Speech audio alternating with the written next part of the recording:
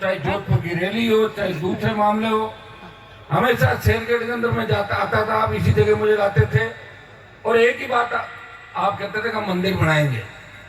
मैं आपको धन्यवाद दूंगा। मंदिर तेजाजी महाराज के अभी राजस्थान में 5000 के आसपास मंदिर बन रहे, पूरे देश में 5000 से ज्यादा मंदिर बने, लेकिन शेरगढ़ के अंदर मंदिर बहुत आवश्यक था और वो आपने शुरुआत इसकी कहते नई क्रांति की शुरुआत शेरगढ़ की धरती से आज होगी। कल जब मंदिर की प्राण प्रतिष्ठा होगी तो निश्चित रूप से इस इलाके में, जोधपुर में, बाड़मेर में किसान कौम मजबूती के साथ आगे बढ़ेगी, ये मैं विश्वास आपको दिलाता हूं। शेरगढ़ से आप लोगों ने हमेशा मेरी मदद की, जब पार्टी बनाई, चाहे अग्निवीर की रैली, हुक्का रैलियां, तमाम नौजवान, मुझे याद है जब 8 के अंदर में विधायक बना, उसके बाद इस इलाके के अंदर जब पहली बार आया, आप लोगों ने हमेशा मदद की, जब पार्टी बनाई, चाहे अग्निवीर की रैली, हुक्का रैलियां, तमाम नौजवान, मुझे याद है जब 8 के अंदर में विधायक बना, उसके बाद इस इलाके के अंदर जब पहली बार आया, आप लोगों ने हमेशा मुझे सर आंखों में बिठा के रखा और इसीलिए मेरा आपसे इतना लगाव है। अभी पिछले 10 दिन से रात रात में घूमता हूँ, लेकिन मैंने कहा मैं जाऊंगा मेरे भाइयों के बीच, उनको ताकत दूंगा, उनको ऊर्जा दूंगा और ये आप सकते ही महसूस नहीं करे। शेरगढ़ के अंदर हो सकता है कि वोट छोटे मोटे हमारे कम ज्यादा हो, लेकिन प्रदेश के अंदर सबसे ज्यादा वोट हमारे हैं और दूसरे भाई अगर हमारे साथ हो जाएंगे ओबीसी के शेड्यूल कास्ट के, तो निश्चित रूप से 2028 के अंदर आपका मिशन भी पूरा होगा, ये मैं विश्वास आपको दिलाता हूं। अभी महाराज जी ने जिस घटना का जिक्र किया, आप देखिए हमारे इलाकों के अंदर तो कई बार सांड जो होते हैं वो कई बार हमला भी कर देते हैं, कई लोग सांड से मारे भी गए कई लोग, लेकिन हमारी किसान कौम और हमारा समाज कभी नंदी सांड को मारने का कुछ प्रयास कभी नहीं किया। उनके लिए सांड भोमै जी के नाम से स्थान बने, सांडों से कितना प्रेम, मारवाड़ के अंदर गो भक्ति हैं जो लोग हैं, गाय को, सांड को, जगह जगह मूर्तियां, गौशालाओं के अंदर जमीन लेने वाले हम लोग हैं। लेकिन दुर्भाग्य कि आजादी के 75 साल बाद अगर ऐसी तस्वीर देखने को मिले, मैंने डीजीपी को कहा, एसपी को मैंने इनको पकड़ के उनको जितना आप कर सकते हो दोबारा, जो भी लोग थे, जो भी उनकी जाति थी, समाज के अंदर जीने का कोई अधिकार नहीं। प्रयास हम करेंगे महाराज जी की बात के लिए कि ऐसे लोगों को ऐसा दंड मिले, और जिस तरह उन्होंने निर्मम हत्या की बताए, 3 बार उस गाड़ी को उस पर चढ़ाया, गर्दन पर चढ़ाया, ये इंसानियत नहीं मेरे भाई। और ये कलयुग है, एक तरफ धर्म का पैरा है, आप लोग बढ़ रहे हो देखिए धीरे धीरे, लेकिन 20% लोग उधर वापस जा रहे हैं, खड्डे के अंदर जा रहे हैं। मैं एक संदेश आपको दूंगा कि उनकी छोड़ो, जो जा रहे हैं जाने दो, जो मजबूत है उनको आगे बढ़ना है। और मजबूत लोग, जब अंग्रेजों का राज था, जब हिंदुस्तान के अंदर पहली बार अंग्रेज आए तो 1500 आदमी लेके आए थे, मात्र 1500। और जब मुगल और जितने दिल्ली के अंदर बाहर से आक्रांत आए, पहली जो फौज थी दिल्ली के अंदर वो 2500 बारी लोग थे। कितने? 2500। अंग्रेज कितने थे? 1500। राज कितने साल किया? 1500 साल का इतिहास अपना है, उन लोगों ने राज किया। और हमने तो दोहरी गुलामी की, राजस्थान के लोगों ने, राजाओं का राज, और राजा गुलाम थे अंग्रेजों के और हमारे लोग गुलाम थे राजाओं के। तो एक तो अंग्रेज हो गए मालिक, उसके बाद राजा हुआ उसका गुलाम, और राजा के गुलाम अपने यहाँ के लोग थे। बहुत विकट परिस्थितियों के अंदर हमारे लोगों ने संघर्ष किया। फिर अकाल का साया और नेताओं का धोखा, हमेशा नेताओं ने धोखा दिया, जिसका मौका लगा उसी ने चौका मारा और आपको मंच तक नहीं आने दिया, बहुत पीछे धकेल कर। एजुकेशन के अंदर हमारी मारवाड़ की क्या स्थिति, आज जोधपुर, नागौर, बाड़मेर के अंदर ये तो तेल निकल गया ईश्वर की कृपा से।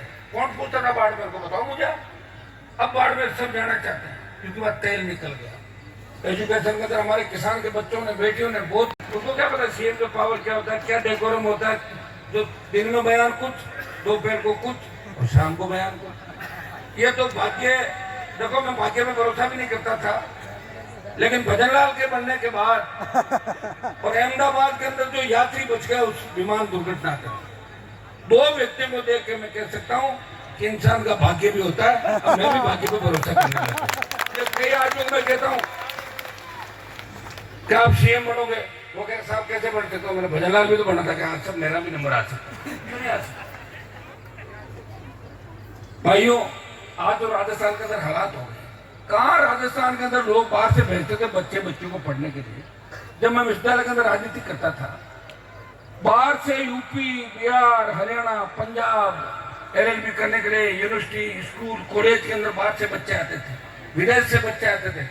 अब लोग बच्चों को नहीं भेज रहे हैं, यहाँ 2 पैसे खर्च नहीं करें रोज। उनको पता है कि सबसे बड़ा अगर अपराधियों का कोई अड्डा बन गया वो राजस्थान बढ़ गया। और अपराधियों का अड्डा किसने बनाया?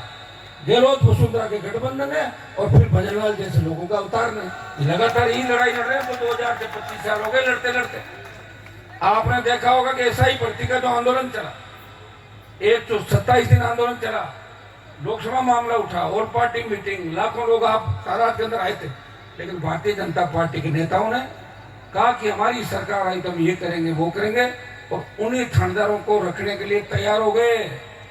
हाईकोर्ट ने जब रद्द की भर्ती, तब भजनलाल बोले कि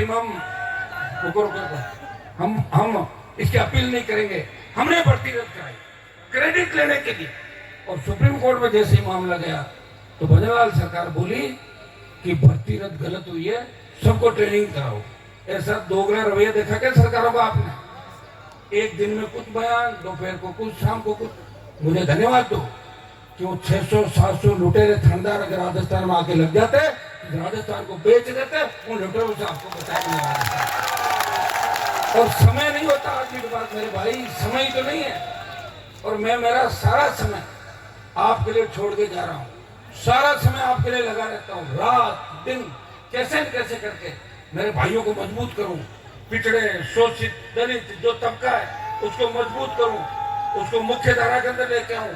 अगर कहीं छोटी सी आवाज भी आती है कि कहीं शेड्यूल कास्ट के भाइयों पर अत्याचार हुआ, किसान के बेटों पर अत्याचार हुआ, हनुमान बेनीवाल की आवाज सबसे पहले आती है कि उनको न्याय दो, नहीं तो मैं आ रहा हूँ। तो धमकी से न्याय मिल जाता है प्रत्येक राजस्थान के अंदर, प्रत्येक। इसलिए बच्चे अब क्या करते हैं, वीडियो जारी करते हैं कि अगर हनुमान जी न्याय नहीं दिला तो हम आत्महत्या कर लेंगे। आत्महत्या नहीं करनी, आत्महत्या करने का कुछ नहीं होता, चला जाता आदमी। इसलिए मैं एक ही नौजवानों को संदेश दूंगा, हिम्मत नहीं हारनी है, लड़ाई लड़नी। और मुझे अगर चाहने वाले राजस्थान के अंदर तो कम से कम आत्महत्या तो मत करो। मेरी भी बदनामी होती है, हनुमान जी के समर्थक आत्महत्या कर रहे हैं। ये मेरे पास जब तक मामला आ जाए, मेरे पास आए नहीं, नीचे नीचे तुम लड़ते रहो, मुझे पता ही नहीं चले, मुझे बाद में पता चले कि गड़बड़ हो गया। इस बात का ध्यान रखना है, हिम्मत के साथ लड़ना। और हमारे बुजुर्ग तो कैसे लड़ते थे? किसी ने सोचा था क्या 40 साल पहले कि शेरगढ़ में तेजा जी का मंदिर बनेगा? सोचा क्या किसी ने? कर दिया ना, तुमने बना तो दिया, तुमने बढ़ा दिया मंदिर। मुख्यमंत्री नहीं बना हमारा, बन जाएगा, नजदीक तो आए गए, उसमें तो घूम ही रहे हैं। हिम्मत रखोगे। अब पता नहीं शेरगढ़ में तुमने आरएलपी को क्यों नहीं जीता है, मेरे समझ में नहीं आ रही।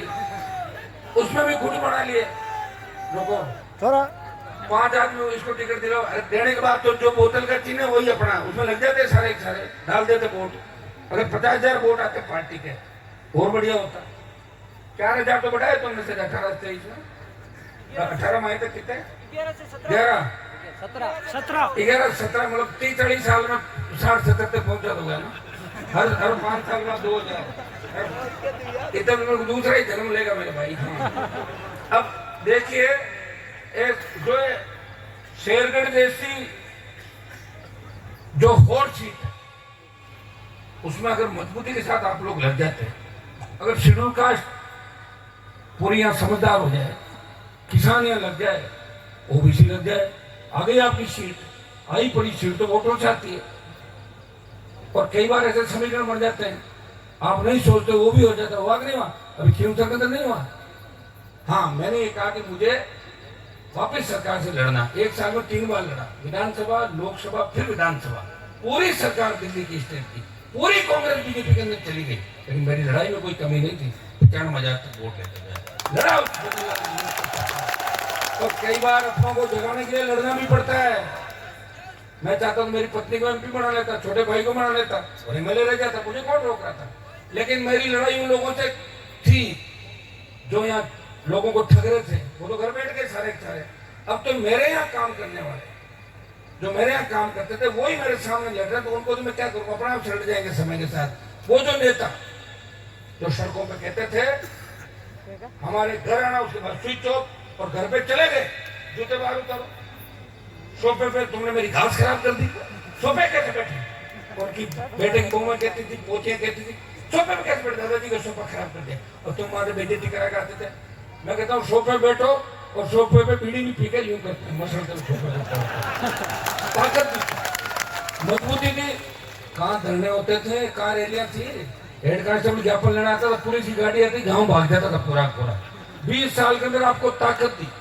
मैंने ये नहीं कहा कानून हाथ में लो, लेकिन गुंडागर्दी अगर कोई करेगा किसी भी आड़ के अंदर, चाहे नेता की आड़ के अंदर या वर्दी का खोप गलत तरीके से दिखाएगा, उसका मुकाबला हमारे को करना, ये मैंने सीखा है। लेकिन भाइयों, मैं नौजवानों को एक संदेश दूंगा कि हम तेजाजी महाराज का मंदिर बना रहे हैं। तेजाजी महाराज का संदेश था, वचन के पक्के थे, किसान खेती जब भी करता तो उनको याद करता है, वो किसान के बेटे थे और गौ माता के लिए लड़ते थे। आज गाय के नाम का वोट तो बीजेपी ले जा रही है सारी। बीजेपी के नेताओं ने कब लड़ी 1000 साल पहले लड़ाई, बताओ मुझे। ये 80 में बनी बीजेपी, बने हुए कितना टाइम हुआ, 20 और 45 साल हुए भाजपा घूमने में। उसकी कांग्रेस पुरानी पार्टी है। आजादी की लड़ाई अलग तरीके की थी, हमारे लोगों ने लड़ाई लड़ी, तेजाजी महाराज की लड़ाई लड़ी, बाबूजी महाराज ने भी गाय की लड़ाई लड़ी। जितने भी लोक देवता राजस्थान के अंदर